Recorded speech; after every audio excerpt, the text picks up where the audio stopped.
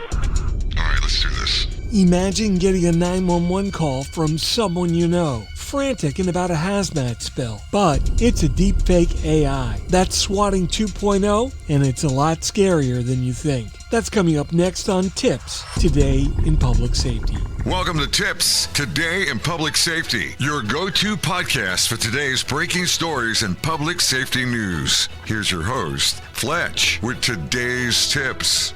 Welcome to TiPS, Today in Public Safety. This is Fletch. I'm a certified NENA ENP, and every Monday, Wednesday, and Friday each week, I bring you the latest news and information about public safety and next generation 911 services and solutions. Today, we're talking about the rise of SWATTING 2.0 and how AI-powered deepfakes taking prank calls to a terrifying new level.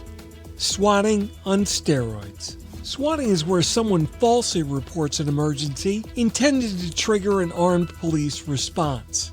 It's been around for many years now, but nowadays it's not just kids calling in fake shootings. Often it's a targeted attack intended to harass or intimidate someone specific, and that risks real harm or even death.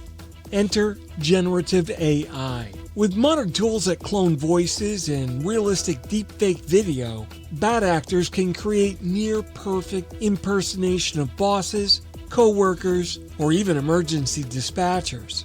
But this isn't sci-fi. It's actually happening right now. SWATTING 2.0 and identity theft. I call this SWATTING 2.0 the deepfake paradigm shift. Identity theft is no longer just about stealing your paycheck. It's now about stealing your identity and using it to persuade, manipulate, or scare somebody you know. Have you ever gotten an email from the CEO asking you to initiate an urgent wire transfer?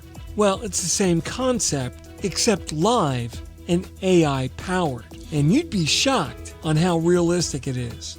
Take the real-world deepfake attack on a Hong Kong business. An employee was invited to a video conference call. When they got there, everyone seemed to be a coworker, and they were instructing everyone to send emergency funds to a specific location. But the problem was all of those faces were AI avatars. The only real person? The victim who wired all that money. And that's how convincing this tech can be. Now, you might be thinking that you'd easily spot the fake. Well, you should have seen the demo at NENA 2025 by Bob Finney, ENP, Collier County Sheriff's Office, Bud Hicks, an ENP with Mission Critical Partners, and myself. I took my iPhone out of my pocket and prompted it to generate a distressed caller's voice, describing a train accident, hazmat leak, fire, injuries, you name it. Well, I'll tell you what, it was chilling on how credible that sounded. All the details that were present. All the questions that it would answer and just start hallucinating answers to. Like I said, the result was chilling, even to the seasoned pros that were in the room. The new 911 cat and mouse game. Out of that room of a couple hundred trained public safety experts, only a couple were fooled twice. But that's how AI works. It learns. And soon these systems will adapt like never before, and that could turn SWATTING into a digital arms race. The AI to AI challenge. We even tested out a couple of phones, one acting as the call taker and the other acting as the swatter. We let those two phones go at each other for nearly 15 minutes, and it's something that everybody was talking about afterwards. Now, we weren't there trying to show off any tech. We decided that we wanted to scare the hell out of people. We wanted leaders in public safety to see firsthand that off-the-shelf tools are now able to create convincing fakes. And nefarious actors that have got deep pockets and a motive, look out.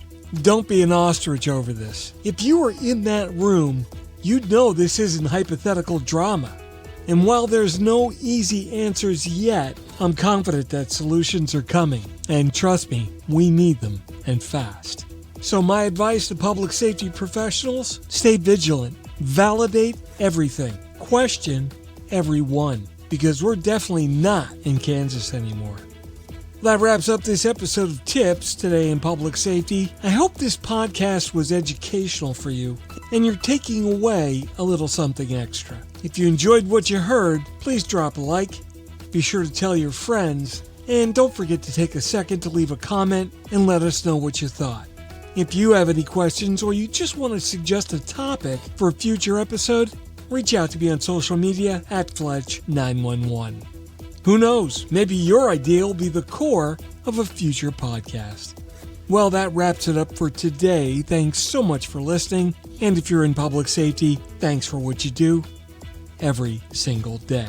This is Fletch. We'll catch you next time. Take care. You've been listening to TiPS, Today in Public Safety, your go-to podcast for today's breaking stories and public safety news. Hosted by Fletch and available every Monday, Wednesday, and Friday on 911tips.com. That's 911tips.com. Be sure to like and subscribe, and remember to join us each week for the latest on NG 911.